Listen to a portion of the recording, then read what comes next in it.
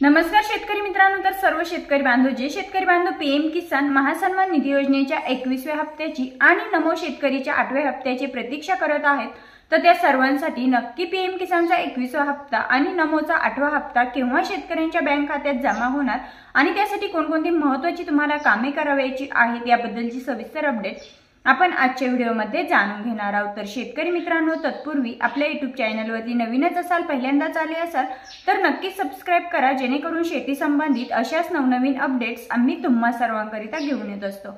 शेतकरी मित्रांनो, सर्वात अगोदर आपण पीएम किसानचा 21वा हप्ता आणि नमोचा 8वा हप्ता हा महाराष्ट्रातील शेतकऱ्यांच्या बँक खात्यात केव्हा जमा होणार हे तर जाणूनच घेणार आहोत। तत्पूर्वी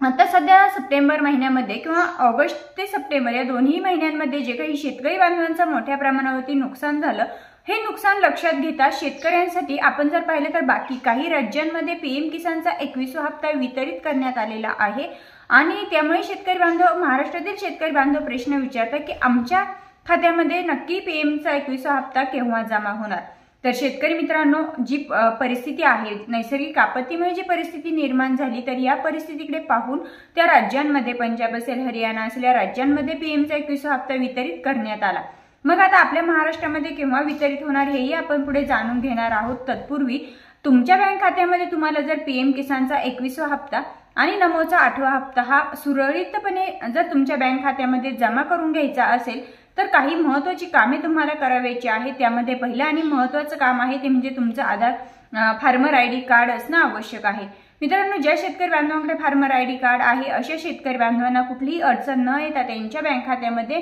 नक्कीच पीएमचा 21वा हप्ता जमा होणार आहे। त्यानंतर दुसरं आणि महत्त्वाचं आहे तुमची ई-केवायसी ची अट ही येस असणं, म्हणजे तुमची ई-केवायसी कंप्लीट असणं। त्यानंतर तिसरा आणि महत्त्वाचा पॉइंट आहे तुमचा लँड शेडिंगचा जो प्रॉब्लेम आहे तो जर तुमचा नो असेल तर तो तुम्ही येस करून घेणं आवश्यक आहे, जेणेकरून तुम्हाला तुमच्या बँक खात्यामध्ये पीएमचा 21वा हप्ता येण्यासाठी कुठलीही अडचण येणार नाही। त्यानंतर सर्वात महत्त्वाचं म्हणजे तुमचं आधारही तुमच्या बँकेला लिंक असणं महत्त्वपूर्ण असणार आहे। मित्रांनो, आपण जर पाहिलं तर सरकारी कुठलीही योजना असू दे त्याचा जो लाभ आपल्या शेतकऱ्यांच्या बँक खात्यात जमा होत असतो तर तो डायरेक्ट डीबीटी द्वारे ट्रान्सफर केला जातो आणि डायरेक्ट डीबीटी द्वारे ट्रान्सफर होण्यासाठी आपलं आधारही आपल्या बँकेला लिंक असणं महत्त्वाचं असतं। त्यामुळे शेतकरी मित्रांनो,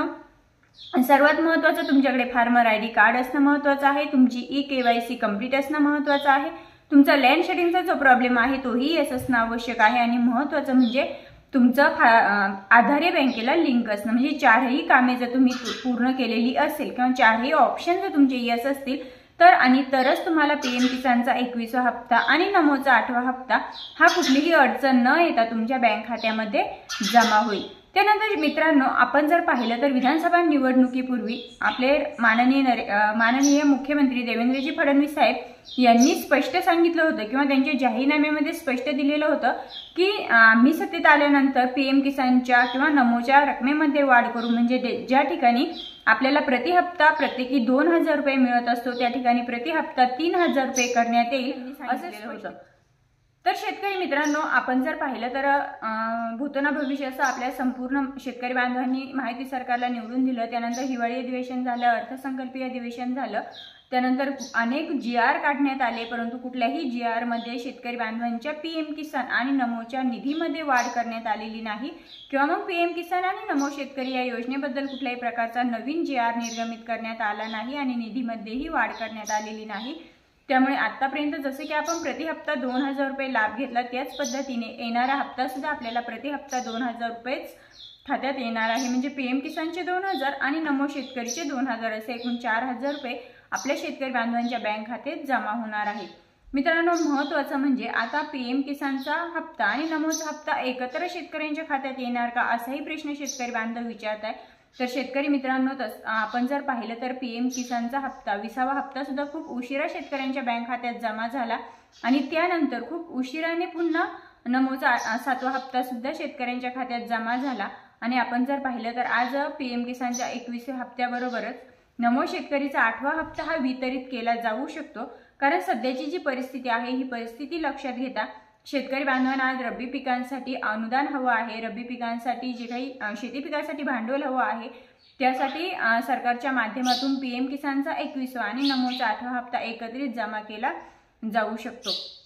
मित्रांनो, खरं तर हा हप्ता दिवाळीपूर्वी शेतकऱ्यांच्या खात्यात जमा होणार अशी माहिती येत होती आणि असं सांगितलंही जात होतं, परंतु दिवाळीही झालेली आहे, भाऊबीजही झालेली आहे, परंतु शेतकऱ्यांच्या बँक खात्यामध्ये अद्यापही पीएम किसानचा 21वा हप्ता आणि नमोचा 8वा दोन्हीतील एकही हप्ता जमा झालेला नाही आणि त्यामुळे शेतकरी बांधवांच्या मनामध्ये सरकारबद्दल रोषही निर्माण होतोय। परंतु मित्रांनो, आता ऑक्टोबर महिना आज आहे 27 ऑक्टोबर, परंतु नोव्हेंबरच्या पहिल्याच आठवड्यामध्ये शेतकरी बांधवांच्या बँक खात्यामध्ये पीएम किसानचा 21वा हप्ता हा नक्कीच वितरित केला जाऊ शकतो आणि त्याच नंतर लगेचच नमो शेतकरीचा 8वा हप्ता सुद्धा नोव्हेंबरच्या पहिल्याच आठवड्यामध्ये शेतकऱ्यांच्या बँक खात्यामध्ये वितरित केला जाऊ शकतो